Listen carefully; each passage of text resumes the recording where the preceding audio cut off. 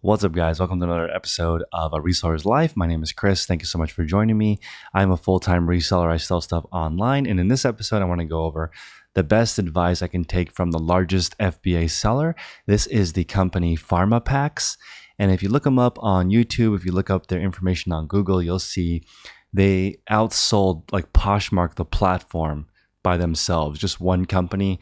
They're on track to doing $1 billion in sales. This is just literally a third-party seller that's become the largest seller on FBA, and in just a couple of years on eBay, they made it into the top 100 stores. They're a gigantic store. They're a pharmacy. And the reason why I bring this up is because I asked people to email me or ask me questions in regards to replenishables. And what are replenishables? Replenishables are items that you can reorder once they sell out. An example would be like Reese's Pieces or Reese's Peanut Butter Cups. When stores run out of those, they just call a distributor and they order more wholesale. Wholesale comes in, they retail to the customer, they just keep doing the same thing. If you look at a 7-Eleven, where I live, they have right around 3,000 SKUs inside of a 7-Eleven. That's how many different products they have for sale. Once they sell out, they just call their distributor and order the ones that need to replenish.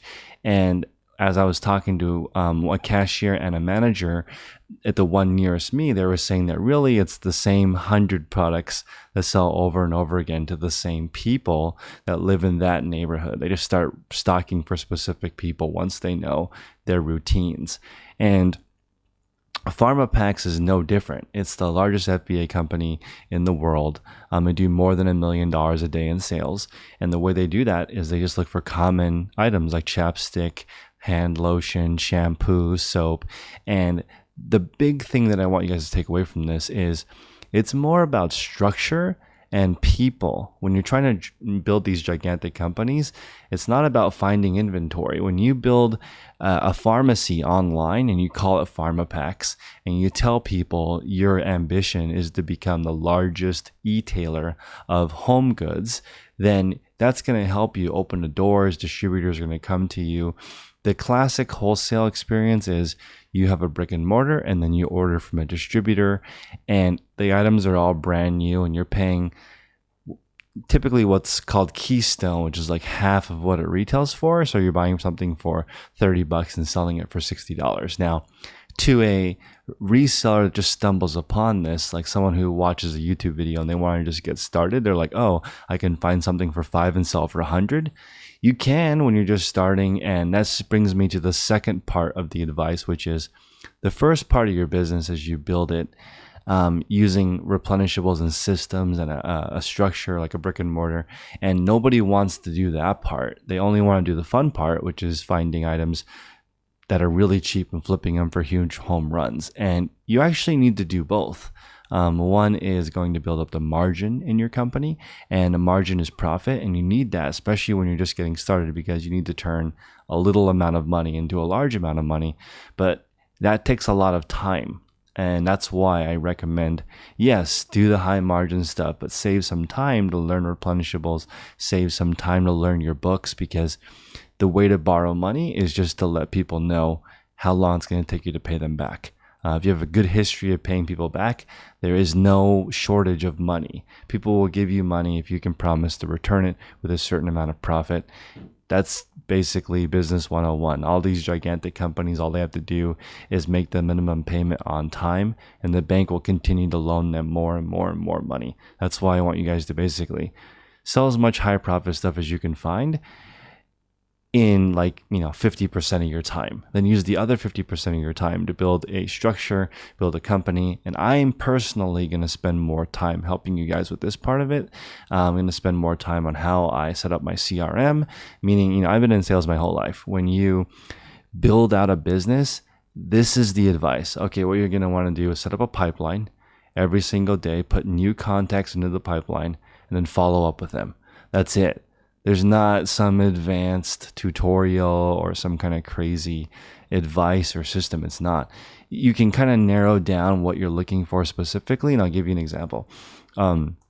I used to sell business loans on one of my jobs when I worked in New York City.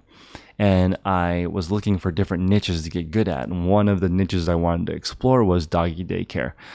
People spend a lot of money on doggy daycare. Sometimes doggy daycare costs more than human daycare, right? Like actual hotel for a person is cheaper and more affordable than a doggy hotel that has all the amenities like, fluffing and hair cutting your dog, flea remove, all that stuff. You can add it all into your shopping cart when you drop your dog off for doggy daycare. So I would look at these businesses and they had ridiculous profit margins. But a lot of these systems were people who were really good at dog grooming or dog teaching, but didn't know how to run a business necessarily. So what this meant was a lot of revenue coming in, but inefficient business practices.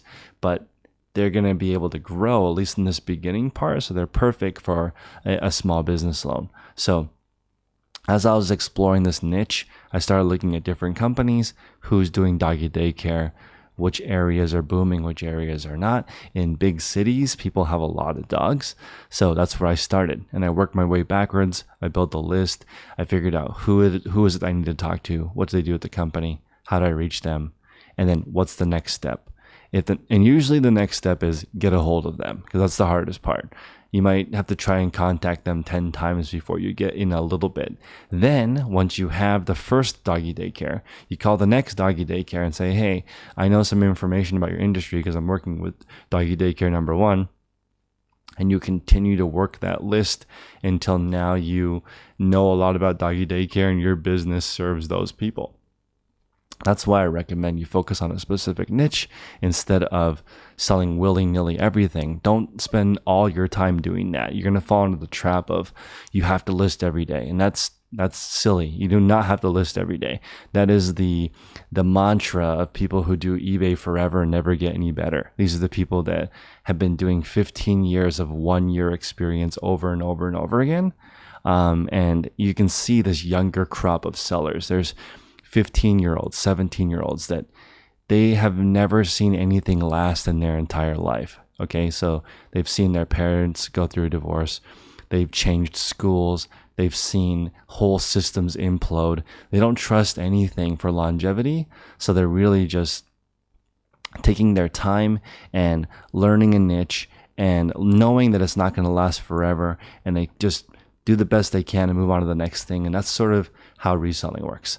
So I wanted to let you guys know, as you're building these relationships out, you don't know how far they're going to go. You're going to have to build up a whole list of them. And hopefully some will go through and some won't. But the stronger your niche is, the stronger your focus is. The stronger your focus is, the faster you're going to move towards mastering one area. And it really doesn't matter where you start or what niche you're in, as long as the niche is profitable. Don't pick categories that are struggling. Pick categories that are booming. I picked doggy daycare because there's massive margins.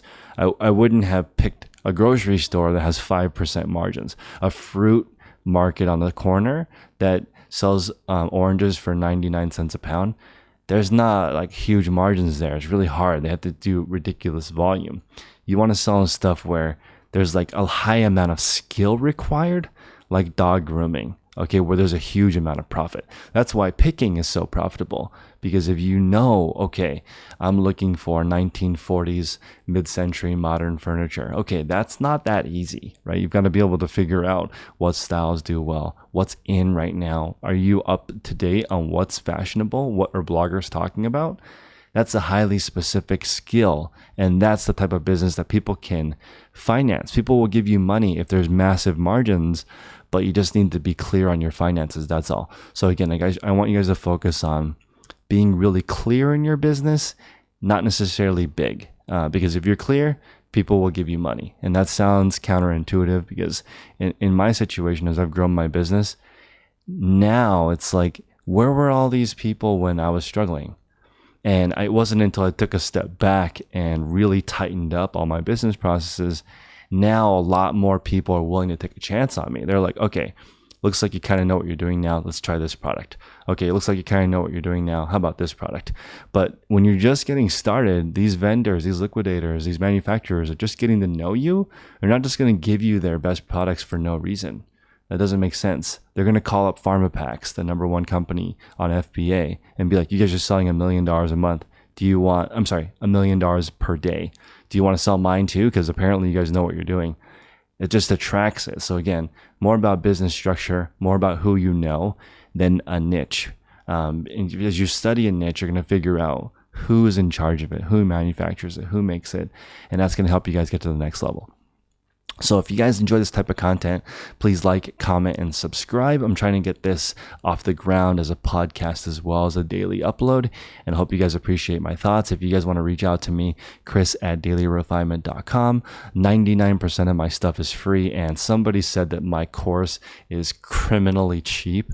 I think so too. It's kind of like stealing from me, because I think it's better than most $500 courses, and it's $35. But I'm not trying to make it. I understand there's some perceived value if I marked it up to $500, but again, I've been in sales my whole life. I'm just trying to be accessible to people and organize information. Also, I'm going to upload all my new lectures into there, so it's easier to understand, because probably I have more information on reselling than any person on earth at this point, but it's not organized properly. So as I continue to grow, I want you guys to basically ship when you're 85% ready. When you're ready to do something, when you kind of have an idea, go. Don't wait till you're 100% ready. There's a lot of people who reach out to me and say, Chris, I'm a perfectionist. I can't get started. And that's really an excuse to be mediocre. None of the people I know that are successful are to the point where they're paralyzed by perfection. That doesn't make sense. How can you get better if you're not willing to push yourself further than yesterday? If you push yourself further than yesterday, which is like my mantra for life, daily refinement, everything's going to break. As soon as you lift beyond your capacity, everything starts going wrong. And if you are not willing to do that, this is the wrong occupation. You should just get a job where you can just get really good at doing that, and that's it. So there's no such thing as an entrepreneur that is a perfectionist and won't get started. So get that out of your head. Ship when it's 85% ready. Don't just do it when you're not ready at all. That's like, don't willy-nilly do this. Just pick a target and then throw something at it.